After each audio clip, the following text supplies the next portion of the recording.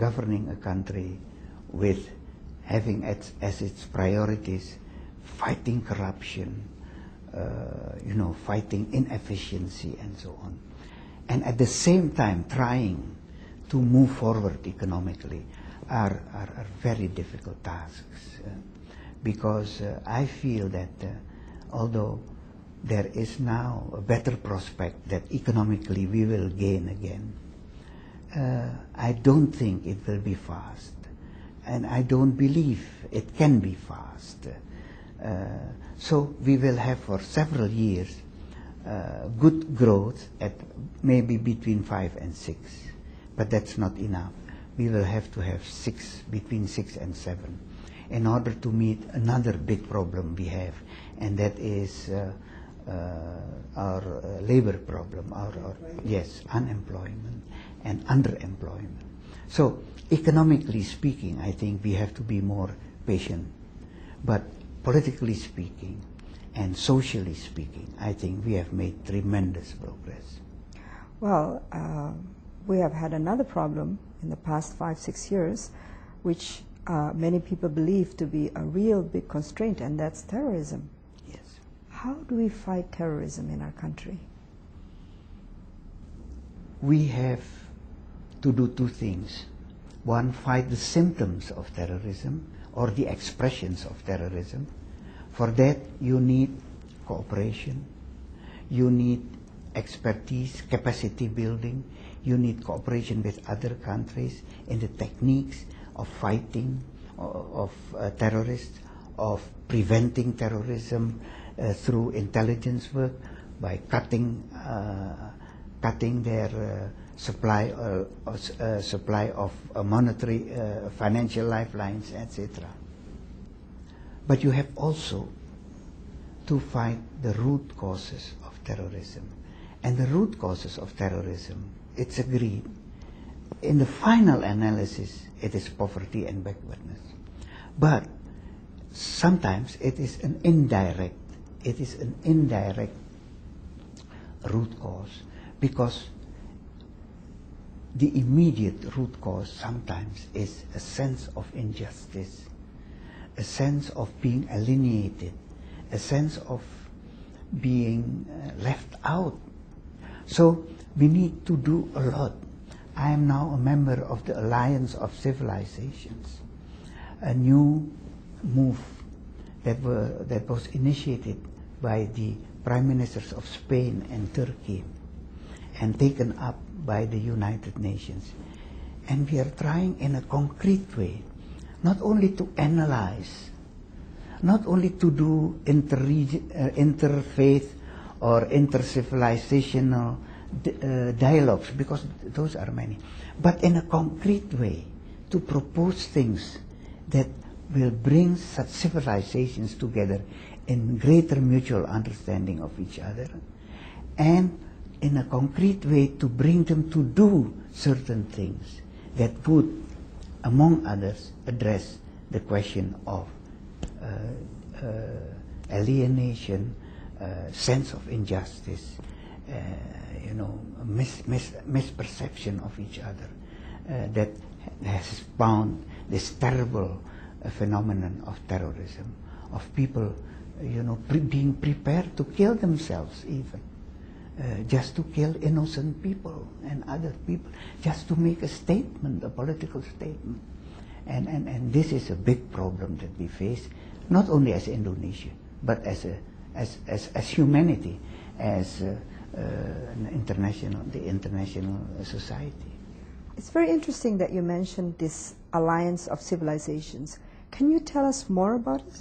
Yes, I feel a bit guilty that I did not give greater publicity to the fact that this Alliance of Civilizations has been launched by the Secretary General a few weeks ago. They had their first meeting in Palma de Mallorca in Spain. It will have meetings in different places. It consists of about 15, 16 personalities from all regions of the world, from all faiths and beliefs, but it is a group that initiated by two prime ministers, Zapatero of Spain and Erdogan of Turkey, but then they presented it to the Secretary General for him to launch it. And so the Secretary General launched it as a UN thing, supported by a UN Secretariat people, but consisting of these 15, 16 people who will be asked to come up with proposals, recommendations, how in a concrete way to bring civilizations together rather than having them misunderstanding each other, rather than having suspicion all around about each other's ways of life and motives and so on. And in a concrete way propose measures, programs that could bring this about, to bring these civilizations together. And that's why it is called Alliance of Civilizations. It is not supposed to be purely Muslim, I mean the Islamic world versus the Western world, although that is the major part. But we should also, I did, for example, point out to them that the East Asia, for example, has more than an Islamic world. It has a large Buddhist world. It has a large Hindu world, you know. So let's all bring this together and see whether we can understand each other better and see what we can learn from each other. So this is what this Alliance of Civilization is going to do. This high-level panel of people will meet throughout the year and will report back to the Secretary General by just before the next General Assembly in 2006.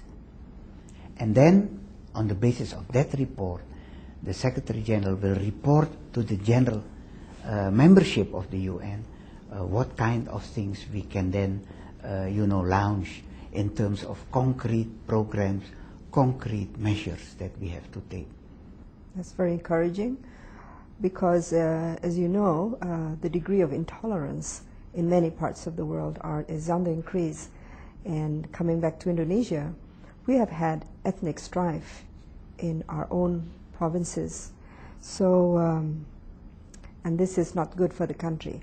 Why is this happening? And in your opinion, how can we end it? You know, intolerance can be ignited by various causes. Sometimes it is caused by misperception, misunderstanding of the other's religion, the other's way of life. But sometimes it is also jealousy, economic jealousies, political jealousies. In many parts of Indonesia, that has been the main driving force. And then it became a religious, it got religious overtones. In Ambon, for example, it started as economic rivalry and jealousies. And then it became political, and then it became religious. And these kind of things we must indeed analyze very carefully, because you have put your finger to one of the major causes of all the troubles that we have, and that is intolerance. But it has, as I said, various causes. It's not as simple as saying, oh, you just misunderstand me. No, it's not. Sometimes it is a combination of all these causes that I mentioned. Are you optimistic about ending all this? This is a big problem. I'm optimistic in the sense that the world has waken up to it. And more people are being convinced that they must do something and not only talk about it. Pak Ali, on that note, on that encouraging note, we'll end our interview here. Thank you very much for being with the leaders. Thank you, Yuli.